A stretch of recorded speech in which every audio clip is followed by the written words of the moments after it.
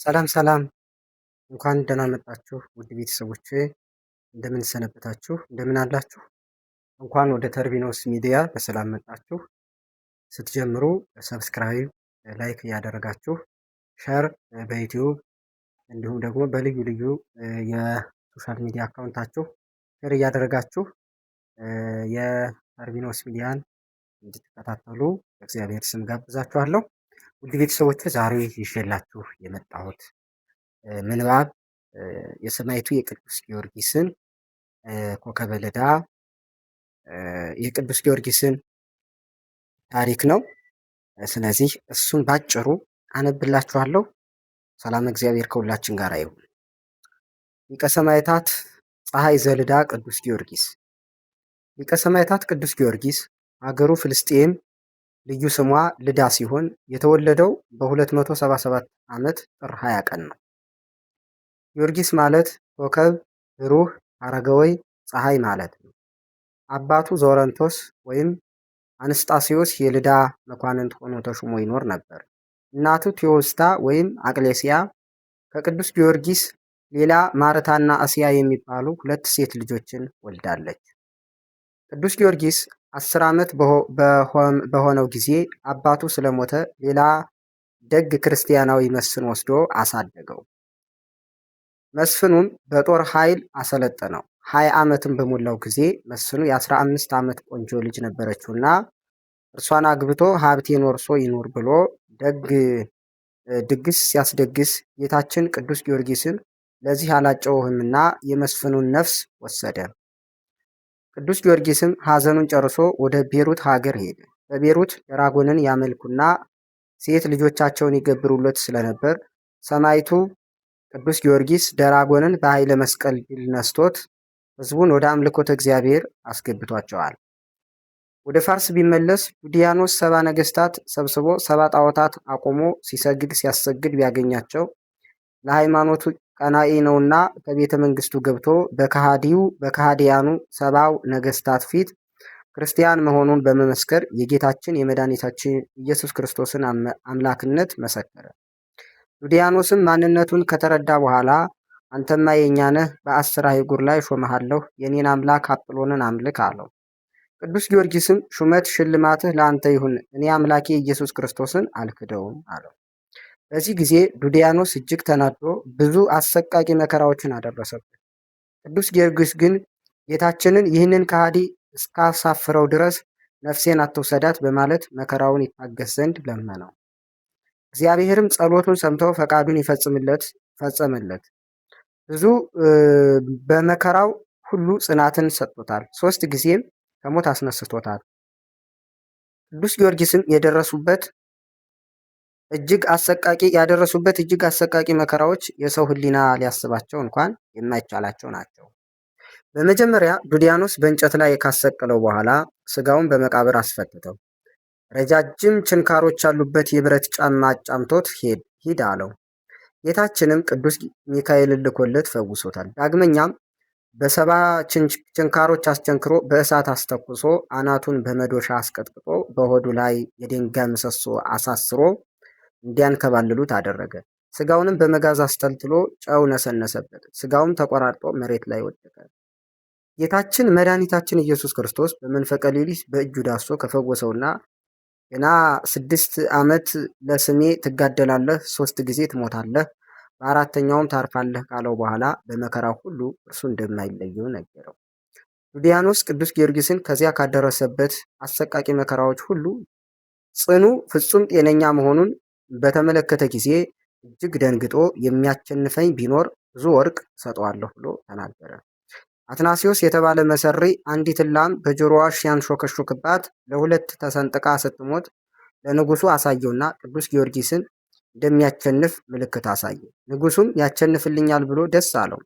መሰሪውም ሆድ በጥብጦ አንጀት ቆራርጦ የሚገድል መርዝ ቀምሞ አስማተ ሰይጣን ደግሞበት እንዲጠጣው ለቅዱስ ጊዮርጊስ ሰጠው።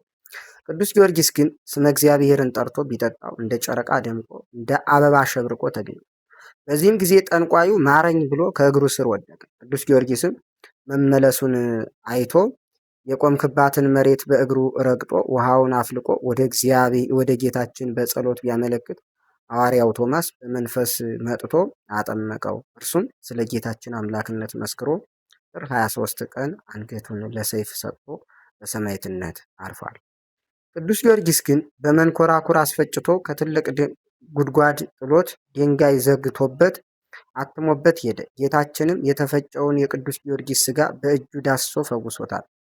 ወደ ከሃዲውም ንጉሥ ተመልሶ አምላኬ ከሞት አድነኝ በማለት መሰከረ። ንጉሱም ዳግመኛ በብረት አልጋ አስቸንክሮ ከበታቹ እሳት አነደደበት። ነገር ግን እሳቱ ደሙ ሲንጠባጠብበት ጠፍቷል። ጌታችንም ፈወሰው። ከዚህም በኋላ ዱዲያኖስ ቅዱስ ጊዮርጊስን ኢየሱስ አምላክ መሆኑን አሳየኝ ቢለው የለመለሙትን ዕፅ አድርቆ የደረቁትን ደግሞ አለምልሞ ከሞቱ 430 ዓመት የሆናቸውን ሙታንን አስነስቶ አሳይቶታል። ነገር ግን ንጉሱ ልቡ ክፉ ነውና በረሃብና በጽም ይሞት ብሎ ምንም ከሌለበት መበለት ቤት አሳስሮታል። እርሷም የሚቀመስ ስትፈልግ ቤቷን በእህል አትረፍርፎ የታሰረበትን ግንድ ማለትም የቤቱን ምሰሶ አለምልሞታል።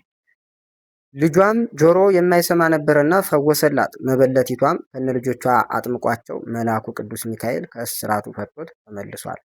ዳግመኛም ንጉሱ ዱዲያኖስ ጭፍሮቹን በመንኮራኩር ፈጭታችሁ አጥንቱን ደብረ ይድራስ ተራራ ላይ ወስዳችሁ ዝሩት ብሎ አዘዛቸው። ጭፍሮቹም የቅዱስ ጊዮርጊስን ሥጋ በመንኮራኩር ፈጭተው ወስደው በተራራ ላይ ቢረጩት ሥጋው ያረፈበት ሳር ቅጠሉ፣ ድንጋይ፣ እንጨቱ ሁሉ ጊዮርጊስ ቅዱሱ ለእግዚአብሔር፣ ጊዮርጊስ ሰማዕቱ ለእግዚአብሔር እያሉ አመስግነዋል። አሁንም ጌታችን ለሶስተኛ ጊዜ ከሞት አስነሳውና ሥጋውን ፈጭተው በተራራው ላይ ሥጋውን በትነው ወደ ንጉሱ የሚመልሱትን ወታደሮች በመንገድ ከኋላቸው ሄዶ ደረሰባቸውና ቆዩኝ፣ ጠብቁኝ አላቸው። እነርሱም እጅግ ደንግጠው ይህ እንዴት እንደሆነ ቢጠይቁት አምላኬ ከሞት አዳነኝ አላቸው። ጭፍሮቹም እጅግ ደንግጠው ከእግሩ ስር ወድቀው ይቅር በለን ብለው በአምላኩ እንደሚያምኑ መሰከሩለት። ጊዮርጊስም ከመሬት ላይ ውሃ መንጭቶ በጸሎት ጌታችንን ቢጠይቅ ቅዱስ ዮሐንስ መጥቶ አጥምቋቸዋል። እነርሱም በንጉሳቸው ፊት ሂደው ስለ ጌታችን በመመስከር በሰማዕትነት አርፏል። ንጉሱ ዳግመኛ ቅዱስ ጊዮርጊስን በመንግስቴ ልሹምህ ለአጵሎን ስገድ ቢለው ቅዱስ ጊዮርጊስ ሊያሾፍበት በማሰብ እሺ ብሎ ወደ ንጉሱ ቤተ መንግስት ገብቶ የንጉሱን ሚስት ንግስቲቱን ለእስክንድሪያን አስተምህሮ አሳምኗታል። በነጋም ጊዜ ንጉሱ በአዋጅ ህዝቡን ሁሉ ሰብስቦ ጊዮርጊስ ለጣዖቴ ሊሰግድ ነውና ኑ ተመልከቱ ብሎ ተናገረ። ቅዱስ ጊዮርጊስም በተሰበሰበው ህዝብ መካከል አንድን ብላቴና ጠርቶ የክርስቶስ ኢየሱስ አገልጋይ ጊዮርጊስ ይጠራሃል ብለህ ለጣዖቱ ንገረው ብለው ላከው። ብላቴናውም ወደ ጣዖት ቤቱ ገብቶ ቅዱስ ጊዮርጊስ እንዳለው ተናገረ። በዚህም ጊዜ በጣዖቱ ላይ ያደረው ሰይጣን እየጮኸ ቅዱስ ጊዮርጊስ ያለበት ቦታ ድረስ መጣ።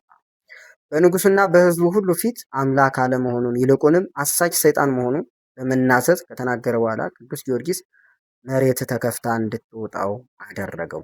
ይህንንም ታምር ያዩ ሁሉ ብዙዎች በጊዮርጊስ አምላክ አምነናል እያሉ በጌታችን አመኑ። የንጉሱም ሚስት ለእስክንድሪያ በቅዱስ ጊዮርጊስ አምላክ ካመነች በኋላ ባሏን ከክፋቱ ተመልሶ እንዲያምን ብትለምነውና ብትመክረውም አልሰማት አለ። ይልቁንም ንጉሱ በአደባባይ በህዝቡ ሁሉ ፊት የገዛ ሚስቱን አሰቃይቶ ሰውነቷን ቀራርጦ ሰቅሎ አንገቷን በሰይፍ ሰማዕትነት እንድትቀበል አደረጋት። ቅድስት ለእስክንድሪያም ቅዱስ ጊዮርጊስን ሳልጠመቅ አልሙት ስትለው እርሱም ደምሽ ጥምቀት ሆኖሻልና እነሆ የክብር አክሊል እየጠበቀች ስለሆነ አይዞሽ ብሎ አጽንቷታል። በመጨረሻም ቅዱስ ጊዮርጊስ ከጌታችን መድኃኒታችን ኢየሱስ ክርስቶስ ዘንድ ታላቅ ቃል ኪዳን ከተቀበለ በኋላ በ27 ዓመቱ በሚያዝያ 23 ቀን ሰማዕትነቱን ፈጽሟል። አንገቱም ሲቆረጥ ደምና ወተት ወጥቷል። ከስጋውም እጅግ ብዙ አስገራሚ ተአምራት ተፈጽመው ታይተዋል።